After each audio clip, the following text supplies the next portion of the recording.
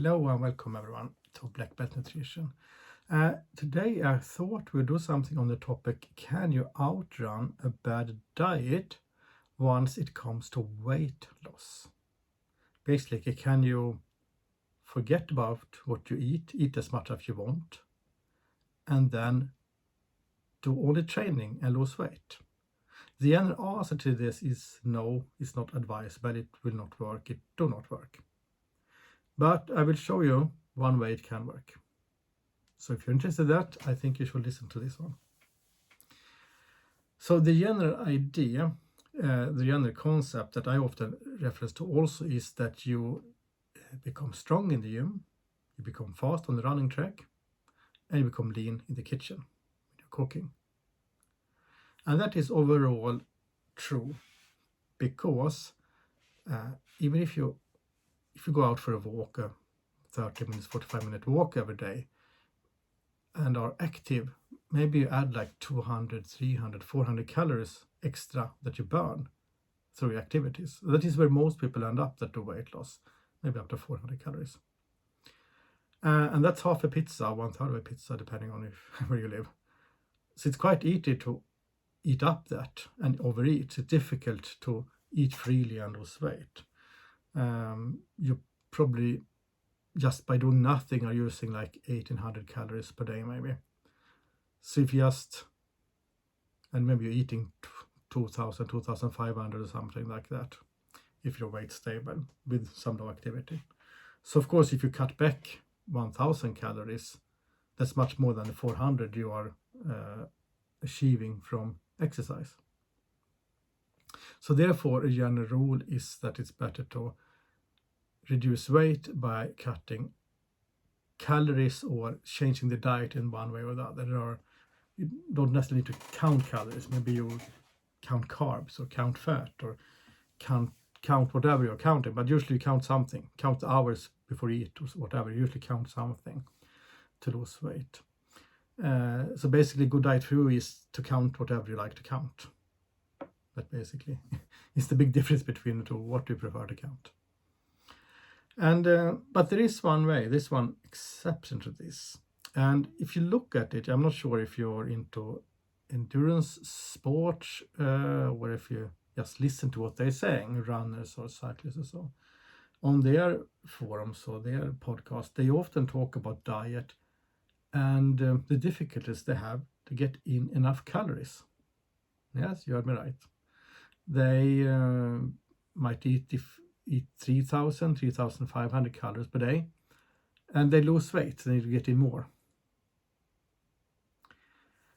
So of course, but they're running like crazy then, you guess. And yeah, kind of.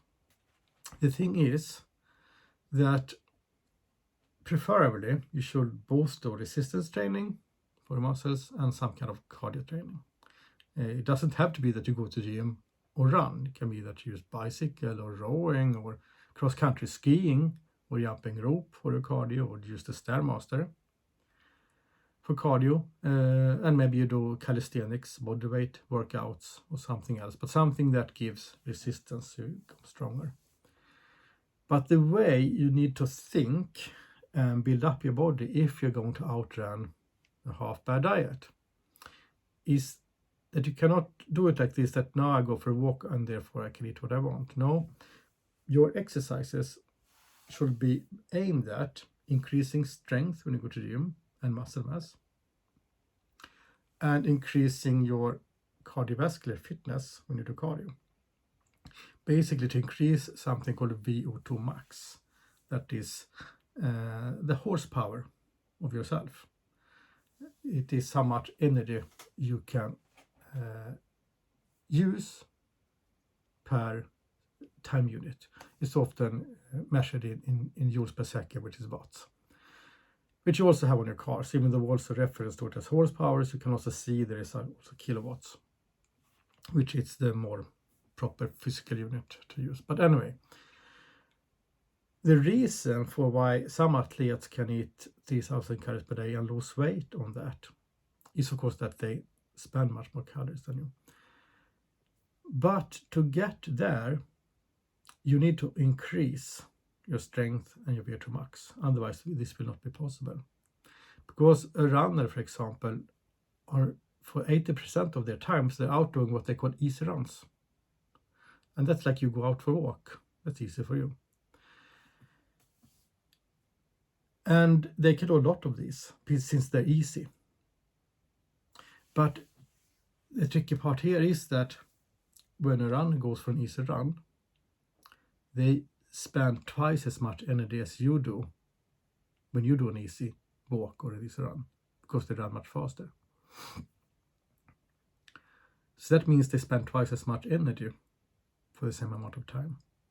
But not only that, they have higher VO2 max, maybe double as high as yours. But not only that, they also have more endurance, so they can do it for longer without wearing down the body. So if you go out for a 30-minute walk, or maybe an easy run or easy kayak or bicycling or whatever you do, an athlete in that sport will do it at twice as high level as you, despite for them it's easy. It's just as easy for them. And then they also do it twice as long. So that means that they basically are spending 4 times more energy than you on each session. Without that burden their body more than it burdens your body.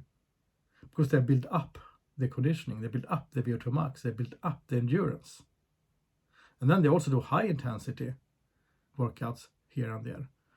And they are also twice as high as your high intensity workouts. And often there are more intervals also. And it's exactly the same thing in the gym.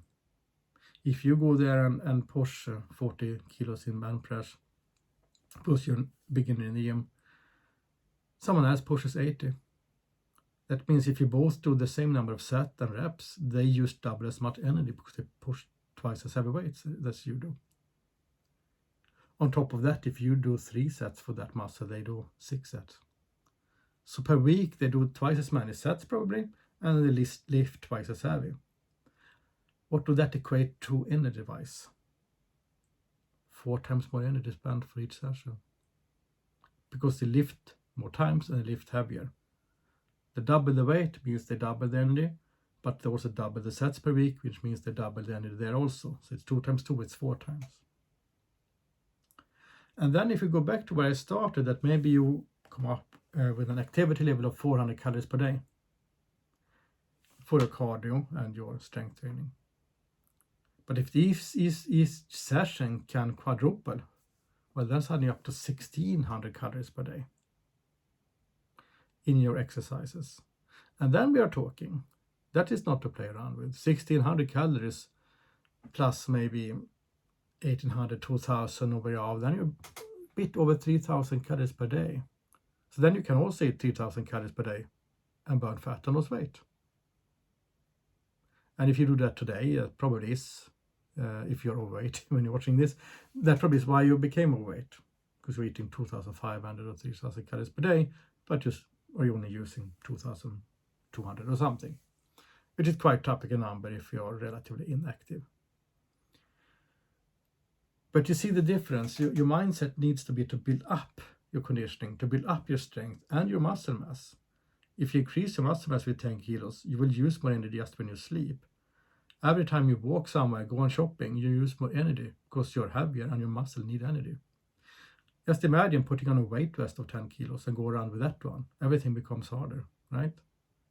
But you also increase your VO2 max, so you will not feel hard, if you even feel easy than today. So you use more energy, but it actually feels easier, and even usually have more mental energy, more physical energy to other things besides the training, despite actually training more than today.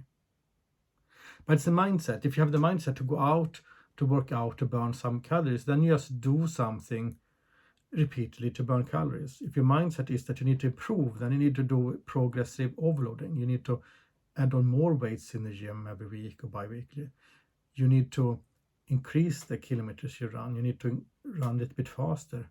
You need to progressively overload to build up your conditioning, to build up your strength, to build up your muscle mass and your endurance.